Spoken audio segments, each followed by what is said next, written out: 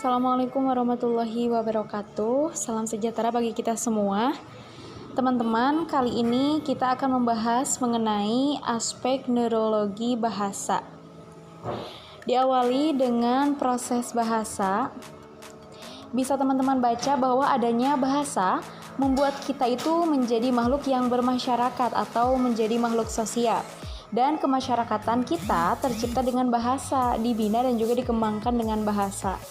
Lindgren mungkin pada tahun 1972 menyebut bahwa bahasa itu sebagai perekat masyarakat. Jadi bahasa itu menyatukan antar masyarakat. Broom dan juga Selznick pada tahun 1973 menyebutnya sebagai faktor penentu dalam penciptaan masyarakat manusia. Penguasaan bahasa manusia itu berbeda dengan hewan. Dan hal ini tuh dilandasi oleh dua aspek, yaitu aspek biologis dan juga aspek neurologis. Jadi dalam aspek biologis diketahui bahwa pertumbuhan bahasa manusia itu mengikuti jadwal perkembangan genetiknya, sehingga munculnya suatu unsur bahasa tidak dapat dipaksakan gitu ya. Sedangkan aspek neurologis yaitu kaitan antara otak dengan bahasa.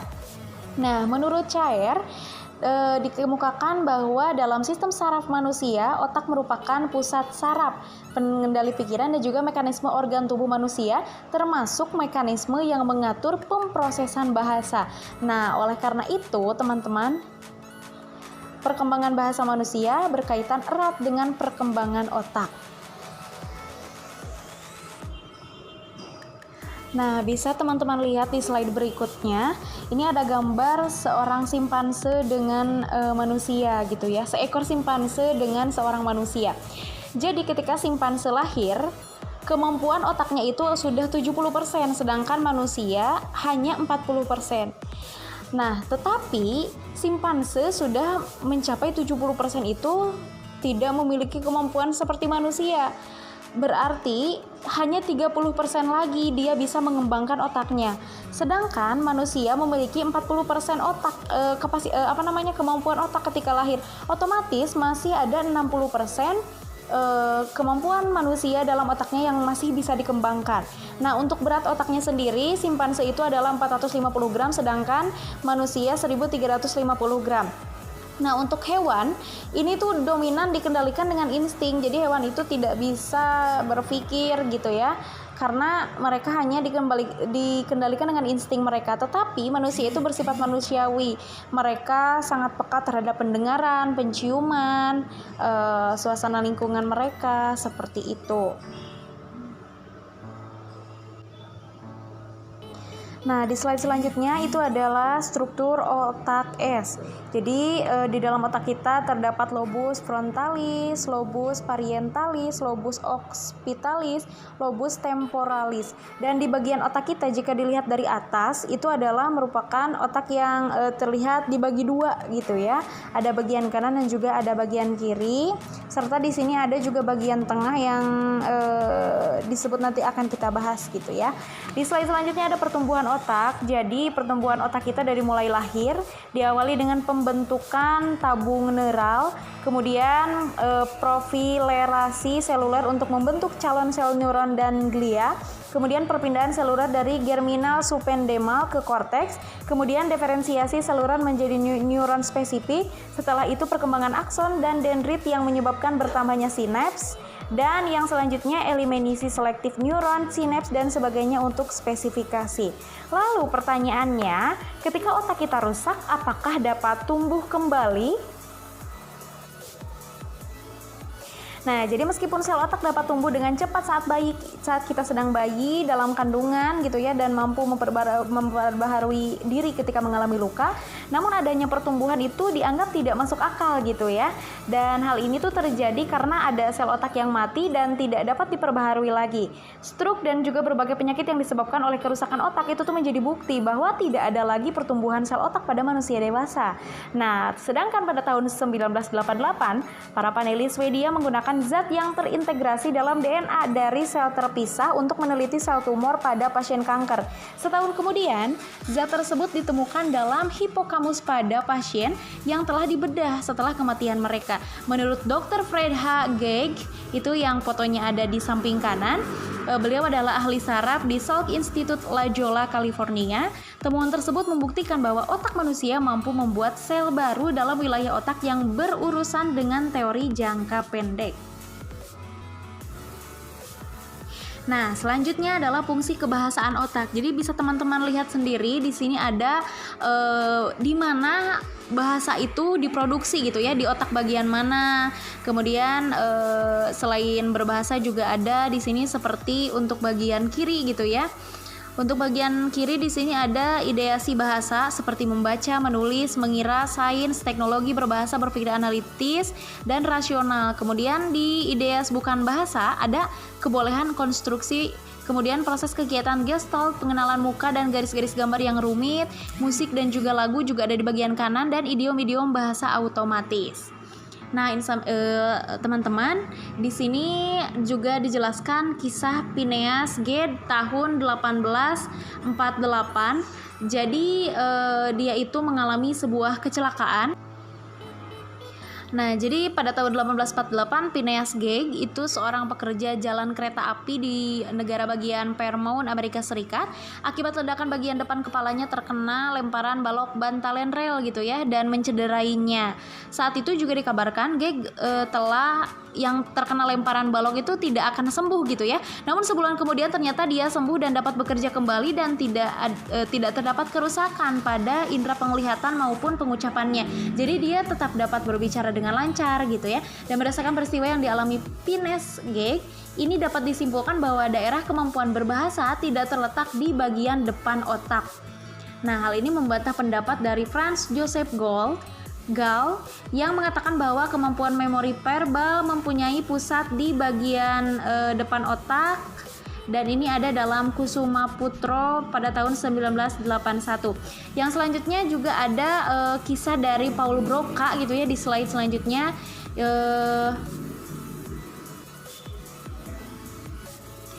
Nah, jadi Paul Broca ini mengalami kerusakan pada daerah yang sama gitu ya, pada hemisfer sebelah kanan, dan tidak menimbulkan pengaruh mendapat kesulitan dalam menghasilkan ujaran. Jadi penemuan ini menjadi dasar bahwa kemampuan bahasa terletak di belahan atau hemisfer kiri otak, dan daerah tersebut juga berperan penting dalam proses dan juga perwujudan bahasa. Kemudian juga ada yang dialami oleh Karl Wernicke pada tahun 73, seorang pasien memiliki kelainan wicara, yakni tidak mengerti maksud pembicaraan orang lain tetapi masih dapat berbicara sekadarnya gitu ya. Dan penyebabnya terdapat kerusakan otak bagian belakang atau temporalis. Berdasarkan hal tersebut, daerah Wernicke berperan dalam pemahaman ujaran. Nah, yang selanjutnya ini ada jadi dapat disimpulkan gitu ya bahwa dari kasus yang dialami oleh Paul Broca, dari kasus yang dialami oleh Karl Wernicke, dan juga kasus yang dialami oleh Phineas Gage,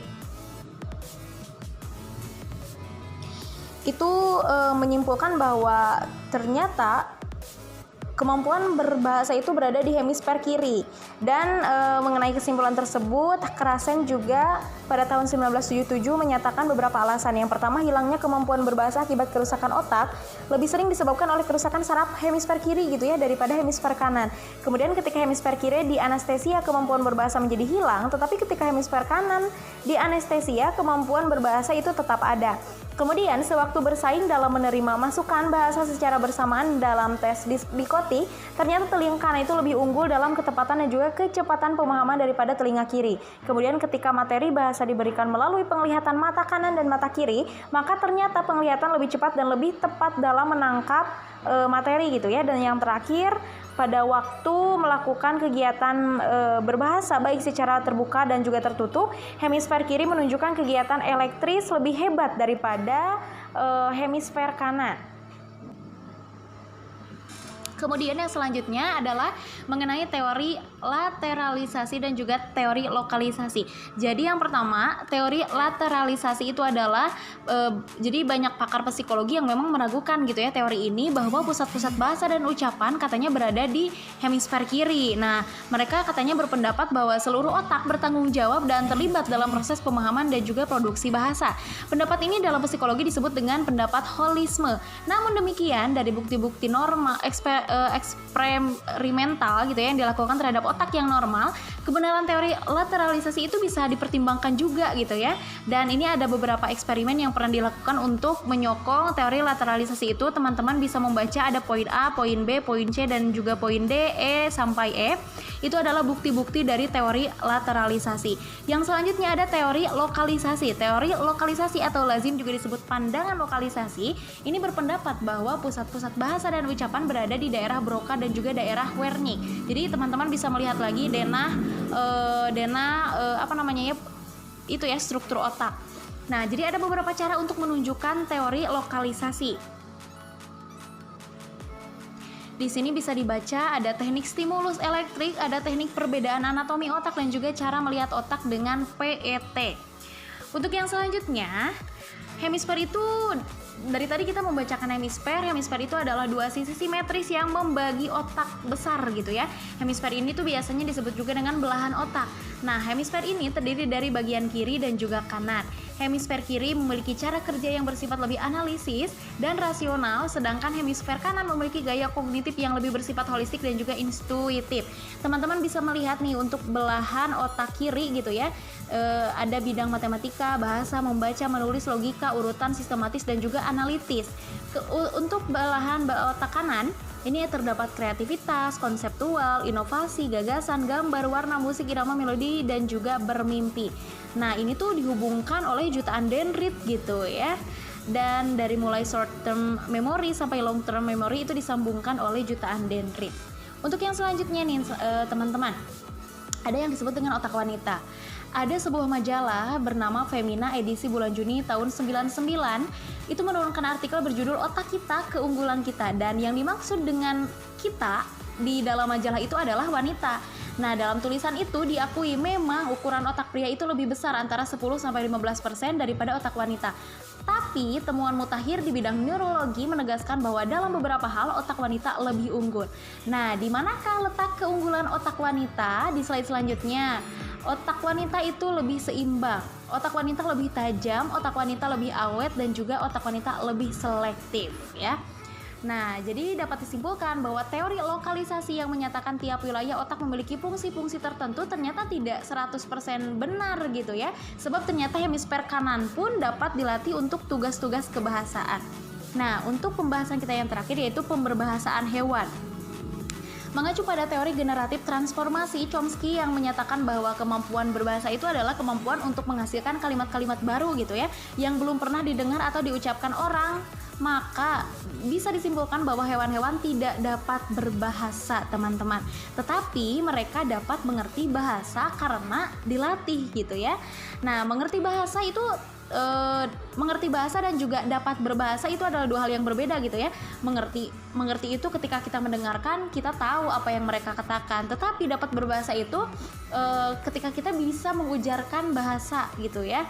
Kemudian hewan-hewan yang dilatih seperti dalam sirkus memang mengerti bahasa karena dia itu dapat melakukan perbuatan yang diperintahkan oleh tuannya gitu ya. Namun kemengertiannya itu sebenarnya bukanlah karena dia mengerti bahasa, teman-teman, karena melainkan sebagai hasil dari respon-respon yang dikondisikan sebelumnya gitu ya, yang dilatihkan. Dan meskipun demikian, banyak pakar yang telah mencoba mengajarkan bahasa manusia itu kepada hewan primata, yakni simpanse. Di antaranya pakar tersebut adalah bisa teman-teman lihat ada Kate J. Hayes dan juga Catherine Hayes. Yang kedua ada R. Allen Gardner dan juga Beatrice T. Gardner. Dan yang terakhir ada David Premack dan Anne Premack. Yang pertama, penelitian yang dilakukan oleh Kate J. Hayes dan Catherine Hayes. Simpanse ini bernama Vicky dan dibesarkan layaknya anak bayi serta memberikan stimulasi seperti yang diberikan kepada manusia gitu ya. Dan kedua psikolog ini juga mengajarkan kata yaitu mama, papa, up, dan juga cup. Nah, hasilnya dari eksperimen tersebut itu kurang memuaskan karena Vicky itu simpanse ini hanya mau menirukan kata-kata itu setelah pelatih mengucapkannya gitu ya. Jadi harus dicontohkan terlebih dahulu dan hanya kalau diberi hadiah berupa makanan dan juga atau minuman. Kalau misalnya tidak, ya tidak gitu ya. Kemudian ada penelitian yang dilakukan oleh R. Allen Gardner dan juga Beatrice T. Gardner. Ini nama simpansenya Wasu dan metodenya menggunakan bahasa isyarat Amerika gitu ya, dengan alasan simpanse itu lebih peka terhadap isyarat visual daripada isyarat verbal. Hasilnya dari eksperimen tersebut dalam waktu 2 tahun Wasu dapat menggunakan 34 buah kata secara bernada dalam situasi yang tepat. Setelah itu 3,5 tahun dapat mengungkapkan 132 kata. Dilaporkan juga telah dapat menemukan paduan isyarat dan juga menggunakannya dengan cara yang benar dan juga telah memahami kaidah gramatikal secara sederhana. Waduh, luar biasa sekali ya penelitian yang dilakukan oleh R. Allen Gardner dan juga Beatrice T. Gardner. Yang terakhir ada penelitian yang dilakukan oleh David Primack dan juga Anne Primack. Jadi nama simpansenya Sarah. Sarah itu diajarkan untuk menguasai bahasa buatan yang disusun dari lempengan-lempengan plastik. Bentuk maupun warna lempengan itu tidak berhubungan dengan maknanya gitu ya. Misalnya untuk apel, lempengan itu berbentuk segitiga berwarna biru dan juga konsep sama berbentuk lempengan bergerigi berwarna orange. Nah, Sarah diajarkan untuk menguasai bahasa buatan yang disusun dari lempengan-lempengan plastik tersebut. Jadi bentuk maupun warna lempengan itu tidak berhubungan dengan maknanya. Misalnya untuk apel, lempengan itu berbentuk segitiga berwarna biru dan konsep sama berbentuk lempengan bergerigi berwarna oranye. Jadi teman-teman, kesimpulannya gitu ya, ketika otak manusia disandingkan dengan otak hewan dalam kemampuan berbahasa itu sangat jauh sekali. Hewan hanya dapat mengerti dengan instingnya, mengerti bahasa manusia. Mereka tidak dapat melakukan yang namanya berbahasa. Tetapi manusia dapat berbahasa karena dia menggunakan hal-hal kemanusiaannya atau hal-hal yang manusiawi berhubungan dengan pendengarannya, penglihatannya, instingnya, akalnya, dan sebagainya. Maka manusia dapat berbahasa dengan baik dan benar. Sekian yang dapat saya sampaikan. Terima kasih. Mudah-mudahan kita bisa berdiskusi dalam sesi pertanyaan. Mudah-mudahan juga teman-teman dapat mengerti apa yang saya utarakan. Terima kasih. Wassalamualaikum warahmatullahi wabarakatuh.